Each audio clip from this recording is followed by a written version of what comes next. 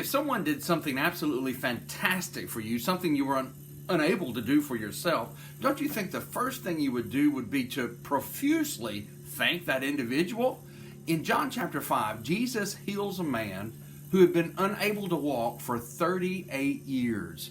And interestingly enough, the text tells us that when the man was questioned about this sudden ability that he had to walk, and then he said, "A man healed me," he couldn't even tell them who it was, because the text tells us that Jesus disappeared, that he got away because there was a multitude gathered there. You see, early in his ministry, many of Jesus' miracles were not done in a public way to gather a lot of attention like a circus performer or something like that, but he did want to have an opportunity to talk to the man and stress to him some very important things.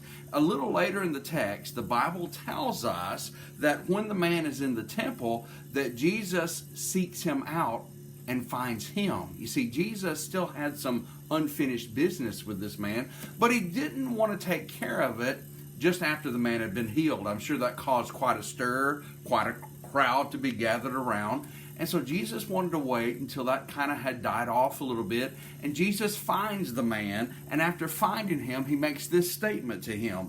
"Behold," that's an attention-getting word. Jesus is saying, listen to me, pay attention. "Behold, you are made whole. You are made well. Sin no more, lest a worse thing come upon you." It seems to be implied a little bit that perhaps the man's infirmity was due to some kind of sinful behavior earlier in his life. Although I can't make that connection absolutely, Jesus is stressing here, though, there is something more important than just physical health. No doubt the man was very glad to have his physical health restored, but Jesus said, take care of yourself spiritually. Because if you sin, it's worse than having been unable to walk for 38 years. It's worse than having this infirmity. It's worse than anything you can imagine physically. Take care of yourself spiritually. The same message Jesus still conveys to you and me today.